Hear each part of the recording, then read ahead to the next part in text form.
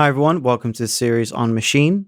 We're focusing in this one on 2.6.5, which is the latest update, which introduces some major new features.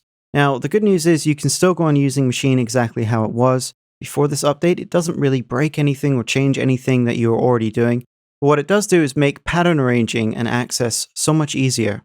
So that's the main update, and what that essentially boils down to is this ideas view here. So if we click on this button here, it goes back to arrangement. This is basically what you're used to using already. So you go here and you maybe create a scene by going down here and clicking on a pattern, and that'll assign the pattern right there. And that's how we used to do it. But I'm just going to undo that. If we click on this button right here, it'll take us back to this new ideas view. And what this does is it gives you access first and foremost to your groups down here. So if you click on these groups, you'll see it highlights. And of course, as you're used to, each of these groups have their own patterns. So if we go over here to drums, we have a lot of different patterns to choose from, and these are all assigned to different pads. Now, the difference here is, as you can see, these patterns are now all laid out for you. When you click on the group, you can actually go and access all these different patterns individually, and you can work on them, make some edits, some changes right away, and they're all laid out here visually for you. You can also double click here to create a new pattern. Right click to delete. You can alt click and drag, so you can actually create a copy of the pattern, and you can even just drag it over to another group. So you can take that existing pattern and apply it to some other sound. You can't do this just by normal dragging, it has to be alt drag. Okay, so I'm going to delete this by just pressing delete on the keyboard. And I'm going to show you the other major thing about this update. I can just unhighlight all of these. So the other major addition are these scene tabs up here. So if you're used to, say, Ableton Live or Machine Jam, this is something you're already going to be familiar with.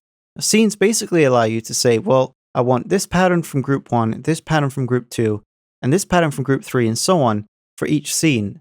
And that way you can build up different parts of your song. Now the great thing about this is you can create all these different variations, these different scenes with different patterns playing, and just switch between them on the fly just to get a feel for what works best. So you don't actually have to go and commit this stuff to your arranger right away. So we're here with scene 1, and the way you create a scene is just by hitting plus. By default, you get a white color, but we can go down here and give it any old color we want. And we can also nice and easily rename them just by double clicking here. So this doesn't really make sense in the context of this kind of track, but I think it'll just help just to give you an idea of the kinds of things you can do. So right here, I'm going to start off with this intro scene. So we're going to click on pattern 1, the most basic one here, and press play. Now maybe I want in this intro scene to include some bass. That's sort of straight away, or let's try out some of these hits as well. Okay, so I'm going to hold off on that for the intro. Let's try out this ambience.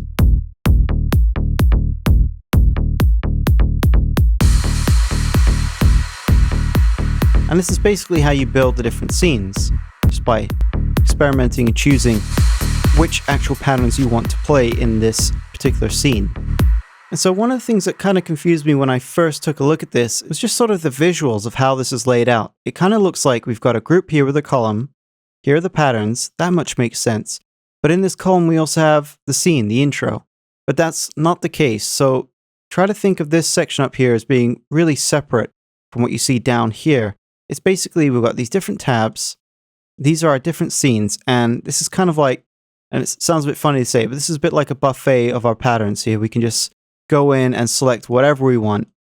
And it can be, any one of these patterns, or we can create a new one, and so on. And then we can go to the next one and do another variation. So I'm going to go in order here and try to do something that's kind of sensible. So we started with this one here. I'm going to instantly go to our pattern right here and just build up the drums a little bit. And stay with bass 1.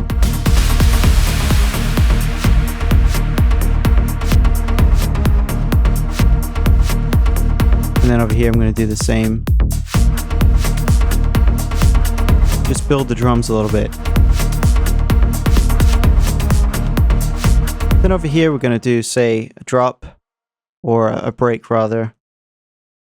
And we'll have the synth sound here. but no drums. Let's open up a little bit here and have a look.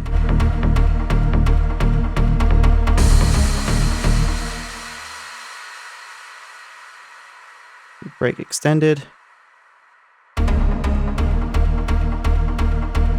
So one of these parts, we get a little change here in the melody.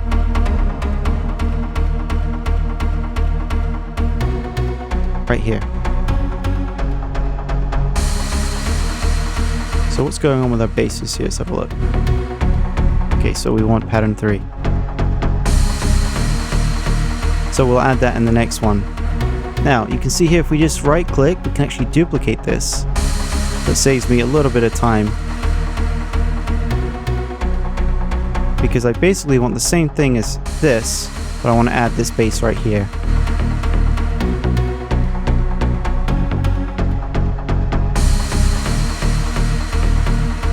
Now this one I'm just going to change this up because I think we've got a riser here. There we go. So right here I'm just going to add that again with one of these drum loops.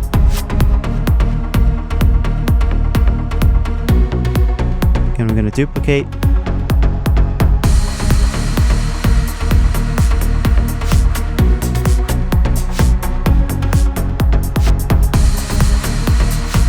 So that's basically how you go along and build a pattern, but as I said, you can basically switch to anything you want. Now when you have a lot more groups and a lot more stuff going on, it becomes even more important to have this flexibility before you actually go and commit to creating your arrangement. But once you're happy with this sort of layout, you can actually just go in here and right click and click on append to arrangement right here. And if you go back to the arrangement view, you'll see it laid out just like that. So again, we'll go to verse, append to arrangement, and we'll just do this with a few more of these just to flesh it out. And you can see they've been added to the arrangement. So this is a great way of fixing down your ideas once you've experimented in the ideas view. So we're going to wrap this up here, take a break, and I'll have more to show you in the next video. Thanks for watching, and I'll see you then.